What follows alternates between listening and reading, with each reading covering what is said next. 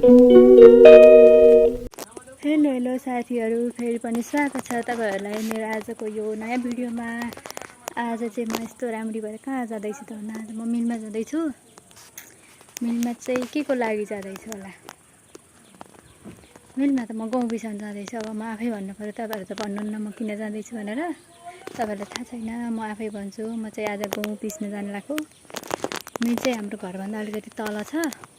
घाम लागिरहेछ आज फेरि मजाले, अनि त्यसपछि हिँड्दै जानु अलि गर्मी होला जस्तो लाग्यो। अनि त्यही भएर बाइकमा जानु लाग्यो। देउर भाउजू भएर जाँदैछौँ आज चाहिँ मिलमा। म चाहिँ बाइक लिएर अगाडि गइसक्नु भयो। म चाहिँ भिडियोको चक्करमा अलिक पछाडि नै छु। अब म पनि गएँ, देखाउँछु म कताबाट जाँदैछु भनेर। अनि अब चाहिँ हामी चाहिँ जानु लायौँ साथीहरू, यो हाम्रो गाउँ। साथीहरू हामी चाहिँ हिँडेको, बाहिर चाहिँ यस्तो मजाको घाम लागिरहेको छ। ढिलो छ आज फेरि घाम लागेर, यस्तो मजाको हावा पनि लागिरहेको छ।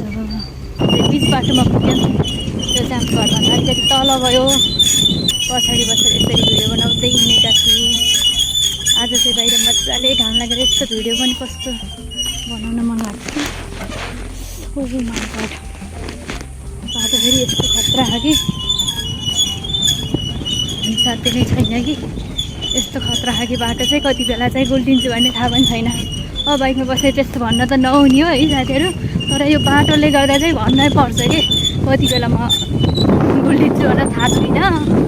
अनि म चाहिँ आएँ यो हात्तीगौडा भन्ने ठाउँमा। त्यो ठाउँलाई चाहिँ हात्तीगौडा भन्छ।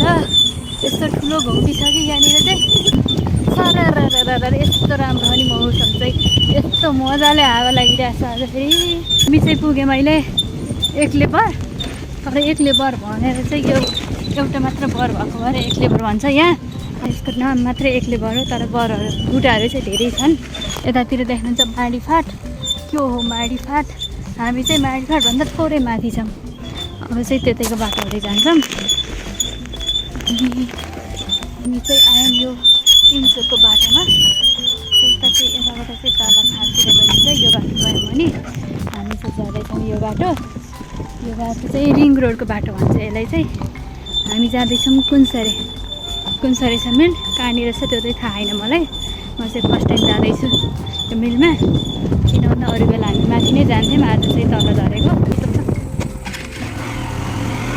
बाहिरको मौसम पनि यस्तो राम्रो छ नि, यस्तो राम्रो छ। प्रकृतिको उपहार भन्ने चिज नै यस्तै नै होला क्या, प्रकृतिले दिएको उपहार।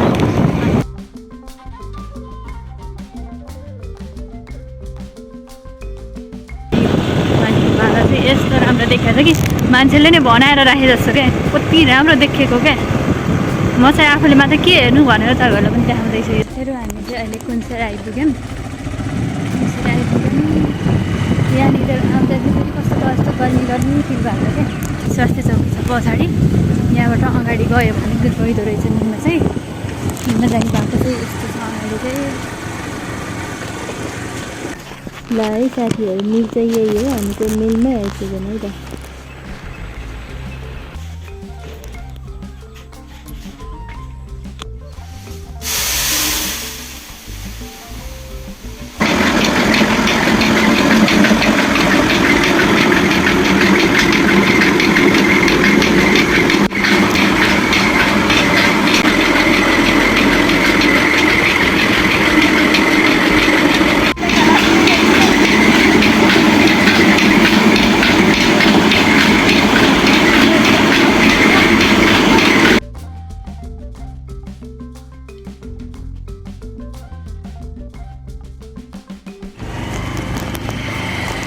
हामी चाहिँ गहुँ बिसाएर फर्क्यौँ।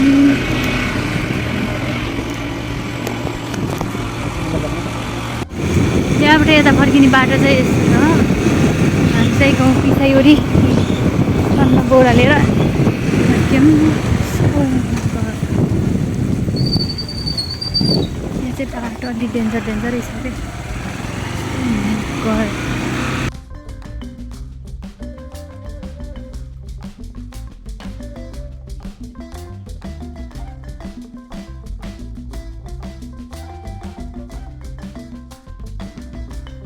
साथीहरू यतातिर आएको बेलामा चाहिँ कटर पनि पाइँदो रहेछ कि यहाँ। अनि अहिले चाहिँ हामीलाई लैजान मिलेन, त्यही भएर हामी पैसा पनि ल्याएको थिएन मैले चाहिँ, त्यही भएर हामी अहिले चाहिँ नलिकन फर्क्यौँ। फेरि भोलि कटहर लिन आउनु पर्यो। कटहर पनि यति धेरै छ यहाँ, हेर यस्तो मिठो मिठोवाला कटहर पनि पाइँदो रहेछ। मलाई चाहिँ एकदमै कटहर खान एकदमै मनपर्छ कि मेरो फेभरेट भनेकै कटहर हो क्या। अनि यो सिजनमा कटहर खान कहिले खाने, त्यही भएर त्यहाँ कटहर पाइँदो रहेछ।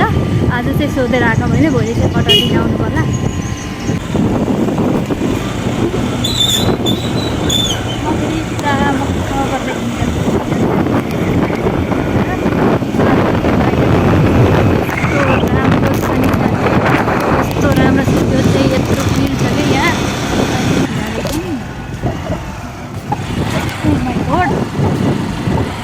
बाटो चाहिँ खत्रै छ कि खत्रै, तपाईँहरू सोच्न पनि सक्नुहुन्न कि यस्तो बाटो छ कि यस्तो राम्रो बाटो छ कि कति बेला कहाँ गएर पटेक्किन्छ भने थाहा छैन कि। बाँदर पनि छैनन् हो आज चाहिँ यतातिर। अरू बेला चाहिँ यहाँ त सधैँ बाँदर देख्न पाइन्छ यो पुटोमा। आज चाहिँ बाँदर पनि एउटा पनि देखेको छैनन् साथीहरू।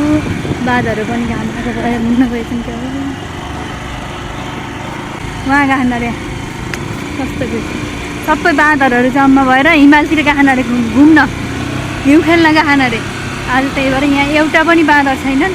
नत्र भए यसरी आएर हात मिलाउँछ बाँदरहरू यताबाट आएर।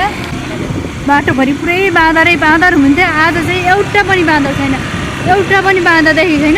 मलाई बाँदर देख्न मन लाग्यो भने म क्यामेरा यसो गरेर हेरेँ हुन्छ क्या, अरू बाँदरै छैन यहाँ। के गर्नु होइन, कहिले कहिले चाहिँ यस्तो अचम्म पनि हुँदो रहेछ नि। हेर्नु साथीहरू बाटोको अवस्था कस्तो छ, तपाईँले देख्न सक्नुहुन्छ कता छिटो पानी।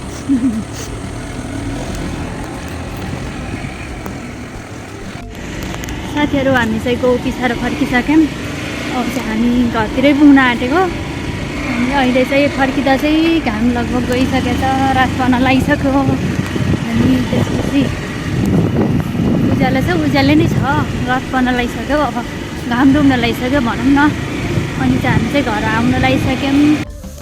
साथीहरू हामी चाहिँ गौ पिसाएर फर्किसक्यौँ। अनि घर आउँदा चाहिँ यतिको घाम छ अझै। अनि आजलाई चाहिँ भिडियो यति नै। भिडियो अन्तिमसम्म हेरिदिनु भएकोमा धन्यवाद। भोलि फेरि अर्को नयाँ भिडियोमा भेटौँला है त। By by.